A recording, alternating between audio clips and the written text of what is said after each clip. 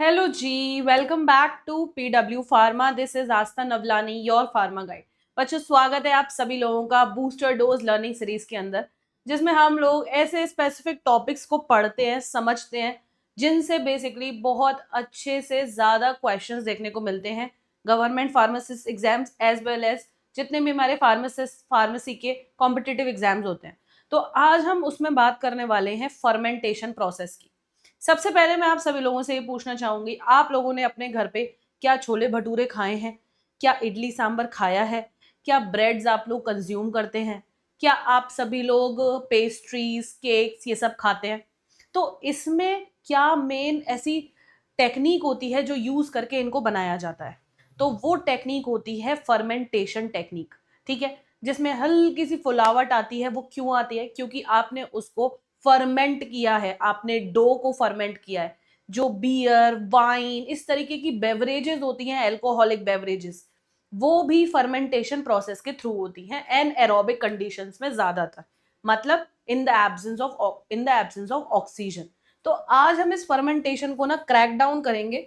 तो बिना किसी देरी के let's dig in into the video, समझते हैं फर्मेंटेशन क्या है और उसके अराउंड के कुछ कॉन्सेप्ट्स को समझने की कोशिश करते हैं। ठीक है, चलिए जी शुरुआत करते हैं। सबसे पहले इंट्रोडक्शन टू फर्मेंटेशन, क्या क्या पता होना चाहिए इसमें हमको। सबसे पहले बेटा जी, आप लोगों को फर्मेंटेशन एक ऐसी टेक्नोलॉजी है इंडस्ट्रियल माइक्रोबायोलॉजी की, जिसमें हम लार्ज स्केल पे प्रोडक्शन करते हैं बहुत सारी चीजों का। Pharma products, antibiotics, organic acid, vitamin, amino acids, enzymes, alcohol, blood product, industrial chemical और फूड प्रोडक्ट्स की। तो हमने किसी भी तरीके की इंडस्ट्री की कोई भी चीज नहीं छोड़ी, हम सब कुछ फर्मेंटेशन के थ्रू बनाने की कोशिश करने लगे हैं अब। उसके बाद इंपॉर्टेंस क्या है फर्मेंटेशन का?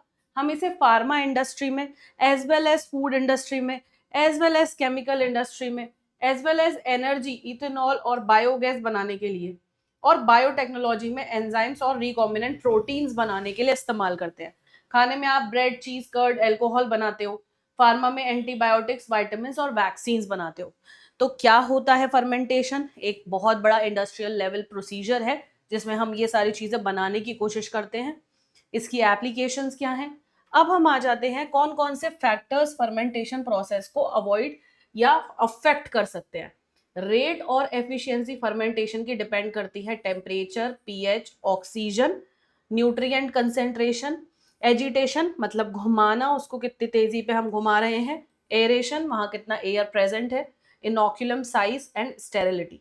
तो टेम्परेचर माइक्रोबियल मेटाबॉलिज्म कंट्रोल करता है, एंजाइम एक्टिविटी पीएच पे डिपेंड करती है, एरोबिक फर्मेंटेशन के लिए अपने को ऑक्सीजन चाहिए, न्यूट्रिएंट कंसेंट्रेशन माइक्रो ऑर्गेनिज्म को ग्रो कराना है तो चाहिए ही चाहिए, एजिटेशन ताकि सब चीज यूनिफॉर्मली मिक्स हो, एरेशन ताकि ऑक्सीजन जो डिजोल्व है वो सप्लाई होती रहे न्यूट्रिएंट मीडिया को, इनोक्यूलम साइज ग्रोथ कितनी हो रही है उस पर डिपेंड करेगा, एंड स्टेरिलिटी कंटेमिनेशन प्रिवेंट करेगी।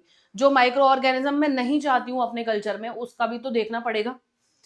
इसके बाद मेजर ऑब्जेक्टिव्स इंडस्ट्रियल फर्मेंटेशन के हैं बायोमास प्रोडक्शन, मतलब baker's yeast, lactic acid bacteria का इस्तेमाल करके अपन वायबल माइक्रोबियल सेल बनाते हैं, जो अपने को इंडस्ट्री में ऐसा माइक्रो ऑर्गेनिज्म चाहिए अलग अलग प्रोडक्ट बनाने के लिए। जैसे लैक्टिक एसिड है, अपने को लैक्टिक एसिड बैक्टीरिया अपने को वो किस में लगता है? कर्ड बनाने में लगता है। Production of extra cellular metabolites, ऐसे प्रोडक्ट्स जैसे इथेनॉल, साइट्रिक एसिड, पेनिसिलिन, अलग अलग फार्मा प्रोडक्ट्स में चाहिए अपने को। वो प्रोडक्ट्स बनाने के लिए बहुत जरूरी हो जाता है फर्मेंटेशन इंडस्ट्रियल लेवल पे। सिमिलरली इंट्रासेल्युलर कंपोनेंट्स जैसे एंजाइम्स और प्रोटीन्स बनाने के काम भी आता है। ठीक है, ट्रांसफॉर्मेशन ऑफ सबस्ट्रेट मतलब steroid transformation, bio conversion reaction मतलब सबस्ट्रेट को एक फाइनल प्रोडक्ट में बदलने के लिए, बायो ट्रांसफॉर्म करने के लिए भी हमको फर्मेंटेशन लगता है। So these are some of the applications, major objective fermented products के। जनरल रिक्वायरमेंट क्या है? अपने को जब फर्मेंटेशन करना है तो अपने को क्या क्या चीजें लगेंगी? एक प्योर कल्चर लगेगा जिस भी माइक्रो ऑर्गेनिज्म से आप फर्मेंट कराना चाह रहे हो। सूटेबल उस माइक्रो ऑर्गेनिज्म को ग्रो कराने के लिए मीडिया। स्टेराइल माइक्रो फ्री, उस माइक्रो ऑर्गेनिज्म को छोड़ के कोई दूसरा माइक्रो ऑर्गेनिज्म नहीं होना चाहिए। एक स्पेसिफिक टेम्परेचर होना चाहिए, पीएच होना चाहिए, एडिक्वेट एरेशन होनी चाहिए हवा, प्रॉपर एजिटेशन होना चाहिए घुमाने के लिए, फोम कंट्रोल होना चाहिए, एंड साथ में हमारा प्रोडक्ट होना चाहिए. These are the required things for general requirements for fermentation. अब आ जाते हैं बेसिक फर्मेंटेशन का प्रोसीजर क्या होता है. सबसे पहले आप रॉ मटेरियल पिक करते हो और मीडिया प्रिपेयर करते हो. ठीक है, मीडिया को स्टेरलाइज करते हो, उसमें अननीडेड माइक्रो ऑर्गेनिजम्स को रिमूव करके खत्म करते हो. फिर इनोक्यूलेशन करते हो माइक्रो ऑर्गेनिज्म के संग मीडिया में. फर्मेंटेशन प्रोसीजर, फर्मेंटर, ये अपना फर्मेंटर है, इसमें इनिशिएट करते हो, उसे घुमाते हो, एजिटेट करते हो ताकि प्रॉपर एरेशन हो, डिजॉल्व ऑक्सीजन पहुंच पाए, प्रोडक्ट बनता है. प्रोडक्ट की रिकवरी करते हैं हम अलग अलग मेथड से, उसका प्योरिफिकेशन करते हैं, and we got a final product. तो ये बेसिक प्रोसीजर हो गया फर्मेंटेशन का. टेम्परेचर फर्मेंटेशन में optimum range 70 to 85 degree Fahrenheit होती है. टेम्परेचर 90 से 90 फ़ारेनहाइट से ऊपर नहीं जाना चाहिए. किसमें? अपना फर्मेंटेशन के अंदर. कार्बन डाइऑक्साइड की वजह से जैसे जैसे कार्बन डाइऑक्साइड बनेगी टेम्परेचर बढ़ता चला जाएगा. इसीलिए अपन कूलिंग के लिए आइस बैग लेते हैं या कूलिंग कॉइल के अंदर बेसिकली प्रोसीजर करते हैं. अदरवाइज हम लोग डाइल्यूशन कर देते हैं मैश का, पानी ऐड कर देते हैं थोड़ा बहुत. तो इससे हम कूलिंग करते हैं, क्योंकि जैसे जैसे टेम्परेचर बढ़ेगा बेटा उससे हमारा प्रोडक्ट खराब भी हो सकता है. That's why. कार्बन डाइऑक्साइड का क्या रोल है फर्मेंटेशन में? During active fermentation sugar decrease होती है and we get alcohol plus CO2 plus heat. तो विग्रस बबलिंग मतलब बबल्स, जैसे छोटे छोटे से आप कह सकते हो बबल्स देखने को मिलते हैं CO2 की वजह से. अब ये जो फर्मेंटेशन लॉक्स का हम इस्तेमाल करते हैं, दीज फर्मेंटेशन लॉक्स जो रहते हैं ये कंटेमिनेशन प्रिवेंट करते हैं, ये हेल्प करते हैं कोई लॉस ना हो एल्कोहल वेपर का, और प्रेशर बिल्डअप नहीं होने देते. So we use fermentation locks during CO2 production. Types of fermentation: batch fermentation जिसमें हम फिक्स वॉल्यूम लेते हैं मीडिया का. फेड बैच फर्मेंटेशन जिसमें हम धीरे धीरे करके न्यूट्रिएंट्स ऐड करते रहते हैं थोड़े थोड़े समय में. कंटिन्यूअस में हम बेसिकली कंटिन्यूअस इनफ्लो करते हैं अपने न्यूट्रिएंट मीडिया का. सबमर्ज्ड में हम लिक्विड सबस्ट्रेट के अंदर सबमर्ज करके धसा के उसे यूज कर रहे हैं. एंड सॉलिड स्टेट में सॉलिड सबस्ट्रेट होता है. तो ये बेसिक टाइप्स हैं फर्मेंटेशन के जिनको हम यहाँ अब डिटेल में समझेंगे. बैच फर्मेंटेशन, फर्मेंटर फिल होता है स्टेराइल न्यूट्रिएंट मीडिया से. आपने पूरा जो आपका फर्मेंटर है उसको फिल कर दिया न्यूट्रिएंट मीडिया से एंड इनोक्यूलेट करा माइक्रो ऑर्गेनिज्म से. एक फिक्स टाइम तक फर्मेंटेशन हुआ. ये क्लोज सिस्टम है, यहाँ कोई एडिशनल रिमूवल और एडिशन नहीं होता है. सिंपल है, यहाँ पे इजी कंटेमिनेशन भी कंट्रोल होता है. सिंपल डिजाइन, कंटेमिनेशन फ्री रहता है. स्टेराइल मीडिया लिया, इनोक्यूलेट किया, फर्मेंटेशन हुआ, प्रोडक्ट बना और हार्वेस्टिंग करें. ये अपना हो गया सिंपल बैच. ध्यान क्या रखना है कि इसमें हम स्टेराइल न्यूट्रिया मीडिया को ऐड करते हैं माइक्रो ऑर्गेनिज्म के संग. ठीक है. फेड बैच में क्या होता है? फ्रेश स्टेराइल न्यूट्रिएंट को थोड़े थोड़े समय में बार बार ऐड किया जाता है. ठीक है, ताकि न्यूट्रिएंट का कंसेंट्रेशन एक जैसा रहे, कम ना हो जाए, क्योंकि माइक्रो ऑर्गेनिज्म न्यूट्रिएंट खाता जाएगा तो कम होता जाएगा. तो एक जैसा रहे, इसीलिए हम ये करते हैं. ये सबस्ट्रेट इनहिबिशन प्रिवेंट करता है और यहाँ हाई प्रोडक्ट यील्ड देखने को मिलती है. बेटर कंट्रोल्ड इंक्रीज प्रोडक्शन और रिड्यूस टॉक्सिसिटी होती है. एज सच इसकी कोई डिसएडवांटेजेस नहीं है. पेनिसिलिन और बेकर्स ईस्ट बनाने में अपन ये वाला यूज करते हैं फेड बैच. कंटिन्यूअस में हम स्टेराइल मीडिया को कंटिन्यूअसली ऐड करते रहते हैं. ये कंटिन्यूअस स्टेडी स्टेट कंडीशन है जिसमें मैक्सिमम फर्मेंटर का हम इस्तेमाल करते हैं, और ये लार्ज स्केल प्रोडक्शन के लिए, हाई स्केल. पर दिक्कत क्या है? यहाँ कंटेमिनेशन की और कंट्रोल की दिक्कत आ जाती है. किसमें? कंटिन्यूअस वाले में. सबमर्ज जिसको हम एसएमएफ कहते हैं, ये लिक्विड न्यूट्रिएंट मीडियम में होता है. यहाँ मॉइस्चर हाई रहता है, इसको एजिटेशन एरेशन चाहिए होता है, और ये कॉमनली बैक्टीरिया के लिए होता है. मॉनिटरिंग, टेम्परेचर कंट्रोल और इजी रिकवरी हमें देखने को मिलती है. इसमें हम सबस्ट्रेट के फॉर्म में broth, molasses and liquid sugar लेते हैं. एंटीबायोटिक, ऑर्गेनिक एसिड और एंजाइम्स बनाते हैं. सिमिलरली लास्ट आता है एसएसएफ, जिसमें हम सॉलिड सबस्ट्रेट को लो मॉइस्चर के संग लेते हैं. उल्टा हो गया एसएमएफ का.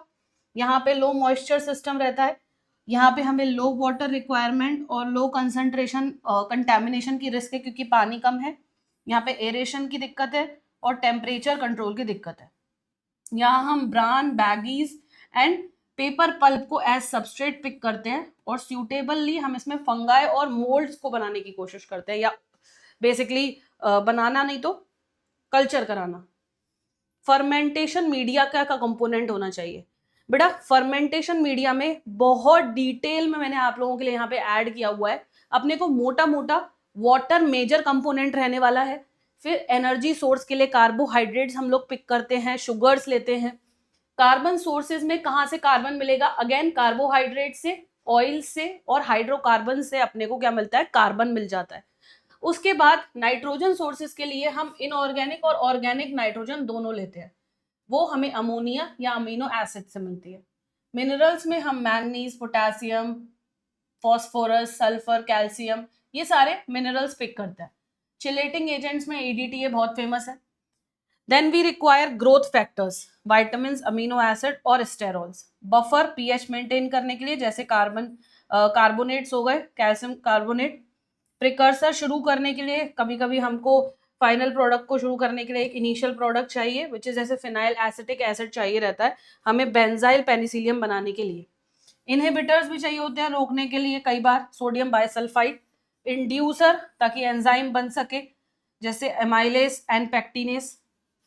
एंटी फोमिंग एजेंट्स चाहिए होते हैं ताकि फोमिंग की प्रॉब्लम ना हो। तो जब भी हम मीडिया प्रिपेयर कर रहे हैं फर्मेंटेशन का, so we'll require all these components in the fermentation media, ताकि हमारा मीडिया में अच्छी ग्रोथ देखने को मिले।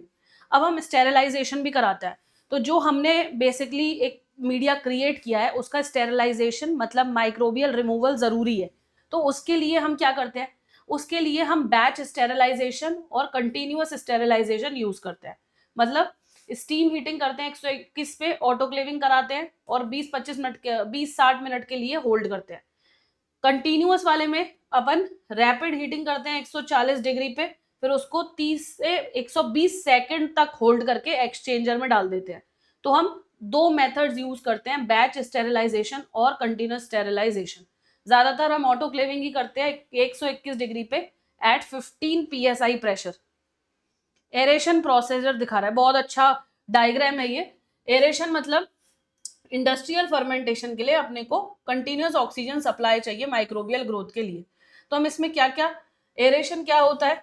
एरेशन हम सप्लाई करें एयर को, ऑक्सीजन को फर्मेंटेशन ब्रॉथ में। तो ये जो फर्मेंटेशन ब्रॉथ है, यहाँ पे हमें हवा ऑक्सीजन देते रहना है, बबलिंग होती रहे लिक्विड में, प्रॉपर एजिटेशन हो, सरफेस एरेशन हो। ठीक है। एजिटेशन क्या होता है? Mixing, nutrient, cell, oxygen, heat सब लोग इजीली मिक्स हो जाए, उसको हम एजिटेशन कहते हैं। एजिटेशन और एरेशन के लिए बहुत सारी चीजें यूज होती हैं, जैसे एजिटेटर यूज होता है जिसको हम एम्पेलर भी कहते हैं, ऐसा दिखता है, पंखे जैसा दिखता है। ये ब्रॉथ को मिक्स करता है, एयर बबल डिस्पर्स करता है और सॉलिड्स को भी सस्पेंड करता है। बहुत सारे तरीके के एम्पेलर हैं, देखो रुस्टन टर्बाइन, पिच ब्लेड टर्बाइन, इस तरीके की है, ये थोड़ी टिल्टेड है।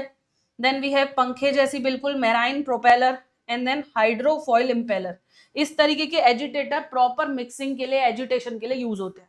Then we have baffles. Baffle इस तरीके के होता है, बैफल्स को अगर आप देखो, दीज आर काइंड ऑफ, ये हमारे बैफल्स हैं, ये वॉटेक्स बनाते हैं, मतलब ये जो इस तरीके का बीच में वॉटेक्स बनता है वो बैफल्स की वजह से बनता है, ये एयरेशन एफिशिएंसी बढ़ाता है। स्पार्जर भी होता है, स्पार्जर क्या करता है? हवा इंट्रोड्यूस करने का काम होता है इसका सिस्टम के अंदर। तो ऑरिफाई स्पार्जर, जिसमें छोटे छोटे छोटे छोटे छोटे छोटे छेद है, यहाँ से हवा एंटर होती है। और अगर हम ऑरिफाई स्पार्जर लेते हैं तो, नोजल स्पार्जर लेते हैं तो ऐसे नोजल्स के थ्रू हवा एंटर होती है ओपन पाइप से। कंबाइंड स्पार्जर एजिटेटर में क्या रहता है? इसमें स्पार्जर भी है और एजिटेटर भी है, मतलब मिक्सिंग भी होगी और एरेशन भी होगा, ऐसा दिखता है। तो ये बहुत सुंदर फिनोमिनन है जो हमें पढ़ने में बहुत इंटरेस्टिंग बन जाते हैं। फर्मेंटर की पूरी एक डिजाइन, आपके सेमेस्टर प्रेपरेशन हो या आपका कॉम्पिटिटिव एग्जाम हो, दोनों के लिए बहुत इंपॉर्टेंट है ये फर्मेंटर जो हम देख रहे हैं। इस फर्मेंटर की बात करूं तो फर्मेंटर में सबसे बाहर एक कूलिंग जैकेट होती है, सबसे बाहर एक कूलिंग जैकेट होती है और वहीं पे हमारा इनलेट भी प्रेजेंट होता है। एंड कूलिंग जैकेट पे ही हमारा आउटलेट, मतलब कोई भी सामान एंटर करना है, एग्जिट करना है, दोनों कूलिंग जैकेट के वाया होंगे। उसके बाद एम्पेलर्स होते हैं, एजिटेटर प्रॉपर मिक्सिंग के लिए। सैम्पलिंग पोर्ट रहती है ताकि हम सैंपल निकाल के उसको सैम्पलिंग करके चेक कर सके। ये ड्रेन पोर्ट रहती है, बैफल्स प्रेजेंट रहते हैं प्रॉपर एरेशन के लिए। हेड स्पेस ध्यान रखना कि कहाँ तक भरोगे, कहाँ तक ब्रॉथ को भरोगे, ये याद रखना। तो हेड स्पेस, जो खाली एरिया रहने वाला है वो हेड स्पेस है। 20 से 25% खाली छोड़ना है। जो भी आपकी वॉल्यूम है उस वॉल्यूम का 20-25% खाली छोड़ना है हेड स्पेस में, ध्यान रखना, ठीक है। उसके बाद यहाँ से एग्जॉस्ट हो जाता है, ये मैन वेज होते हैं, and this is the inoculum port. यहाँ तक आपका लिक्विड लेवल है, ध्यान रखना हेड स्पेस 20 से 25% छोड़ना है। सो डेफिनेशन, एक स्टेराइल वेसल होता है जिसमें हम माइक्रोबियल ग्रोथ और प्रोडक्ट बनाने की कोशिश करते हैं। इसमें हम nutrient supply, aseptic condition, temperature, pH, aeration, agitation, ये सारी चीजें देते हैं, ठीक है। ये हम इस तरीके से डिजाइन करते हैं कि प्रॉपर टेम्परेचर, पीएच, एजिटेशन और एरेशन सब कुछ कंट्रोल्ड रहे, ताकि माइक्रोबियल ग्रोथ भी अफेक्ट ना हो और हमारा प्रोडक्ट भी बन जाए सुंदर तरीके से। So that is the goal of fermenter. 20 से 25% फर्मेंटर की वॉल्यूम खाली रखी जाती है, ताकि कभी भी झाग बने, फोमिंग हो तो ओवरफ्लो ना हो जाए, एरेशन सही से हो और स्प्लैशिंग ऐसे फैल ना जाए, इसलिए 20 से 25% हम खाली छोड़ते हैं इसको। लेबोरेटरी फर्मेंटर लैब में 1 से 2 लीटर का होता है। पायलट में, मतलब लैब से बड़े लेवल पे 100 से 200 गैलन का, 100 से 2000 गैलन का होता है। और इंडस्ट्री लेवल पे करीब 1.2 मिलियन लीटर्स का जो रहता है हमारा, रहता है कैपेसिटी फर्मेंटर की। यहाँ temperature, pH, aeration, agitation, foam, pressure, ये इंपॉर्टेंट पैरामीटर्स हैं जो आपको एक फर्मेंटर में कंट्रोल करके रखने हैं। और ये पूरी डिटेल स्टडी हो गई एक फर्मेंटर की फार्मा इंडस्ट्री के अंदर। बेसिक बेसिक जो भी बातें जहां से भी क्वेश्चन पिक हो सकता है, मैंने पॉसिबली आपको बता दिया। सो आई होप कि आपको इस वीडियो से वैल्यू मिली होगी। प्रॉपर नोट्स बना लेना इस टॉपिक के, अगर आपको कहीं पे भी लीक आउट हो रही हैं चीजें तो। And this was it from my end. Thank you so much, बच्चों. This is me, Asa Navlani, now signing off. Thank you.